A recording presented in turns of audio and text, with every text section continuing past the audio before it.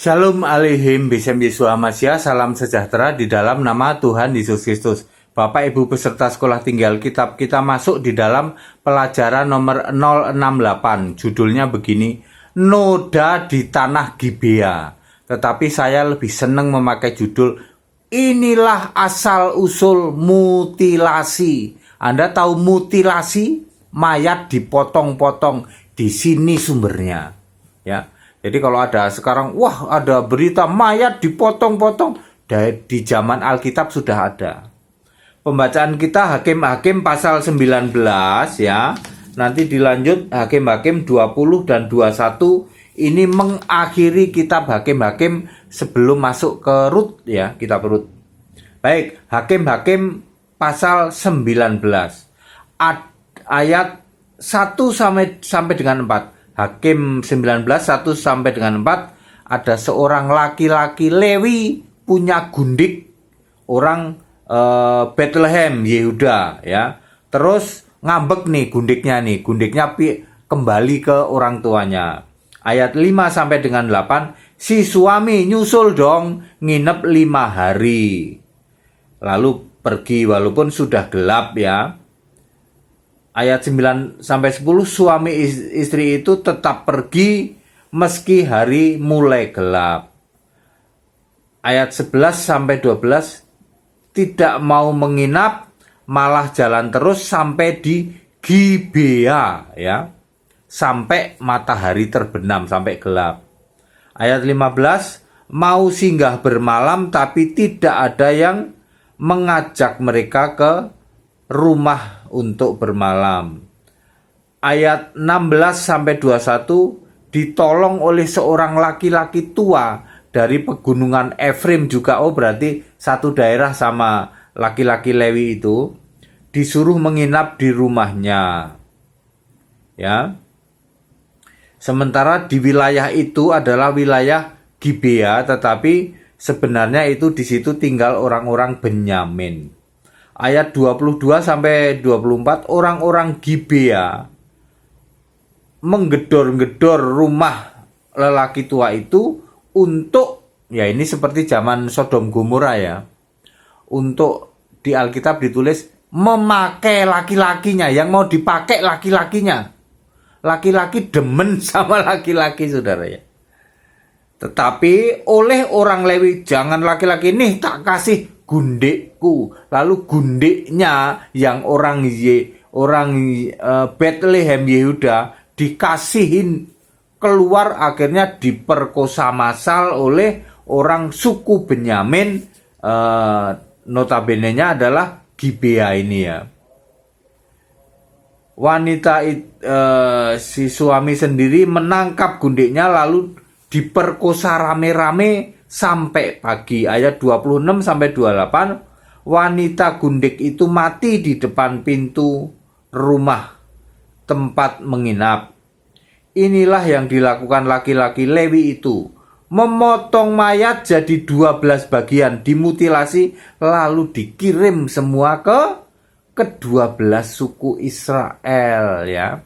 Karena laki-laki ini orang Lewi, sementara gundiknya orang Bethlehem Yehuda. Gundiknya diperkosa rame-rame sampai mati oleh suku Benyamin ya. Kok nggak ada kuisnya Pak? Nggak ya, kadang-kadang begitu hebatnya sekolah Alkitab ya, kadang-kadang nggak ada kuis juga ya. Biarinlah, kadang-kadang tidak perlu kuis juga.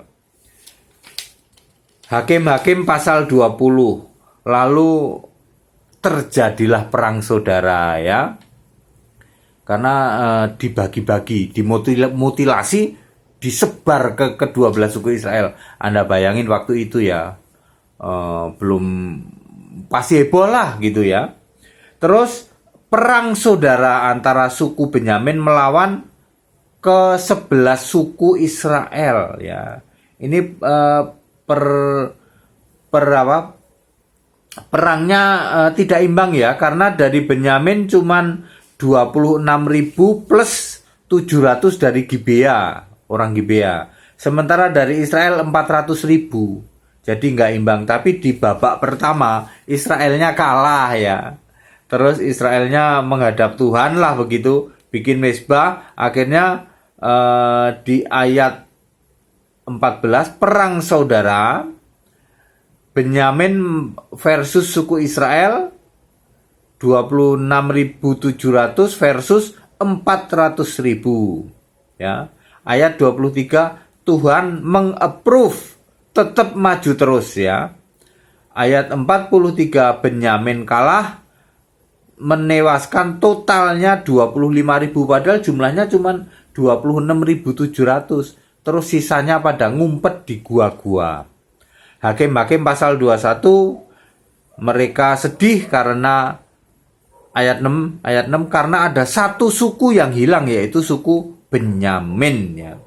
Ayat 13, suku-suku lainnya, suku-suku Benyamin ngumpet di bukit-bukit, disuruh pada nongol bikin damai.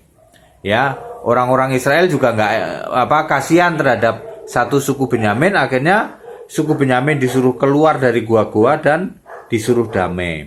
Ayat 25, pada zaman itu tidak ada raja di antara Israel, sehingga setiap orang berbuat apa yang benar menurut pandangannya sendiri. Jadi itulah saudara, pelajaran nomor 068. Nggak ada kuis ya. Tidak ada kuis, ceritanya ini mutilasi ya.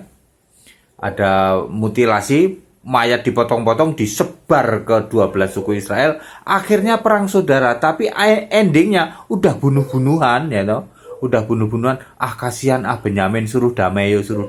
Akhirnya Benyamin tetap boleh hidup. Kalau kita cerita ini, bahkan untuk cari istri saja itu nggak dapat loh. Karena mereka sudah sumpah, jangan ada yang ngasih istri ke Benyamin. Soalnya kan Benyamin tukang memperkosa itu. Itu ceritanya.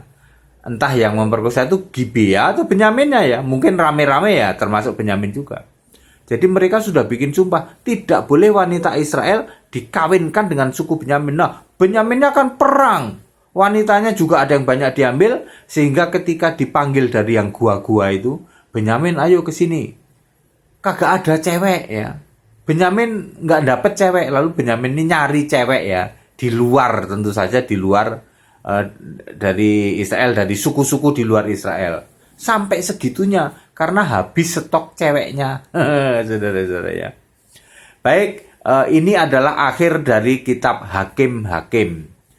Pak, kok nggak ada kuis? Oke, kuisnya satu dah. Ya, memang kuisnya cuma satu sih. Coba di total Hakim-Hakim ya. Dari sejak Hakim-Hakim pasal 1 sampai Hakim-Hakim terakhir ini pasal berapa? 19 ya. 21 sampai Hakim-Hakim pasal 21. Berapa jumlah hakim-hakim yang pernah memimpin Israel? Dari Hakim-Hakim pasal 1 sampai Hakim-Hakim pasal 21. Udah, itu kuisnya aja. Berapa total jumlahnya ya? Berapa total jumlah hakim-hakim yang pernah memimpin Israel? Baik, itu pelajaran nomor 068. Sudah saya sampaikan. Shalom aleihim bisem Yeshua HaMashiach. Haleluya. Amin.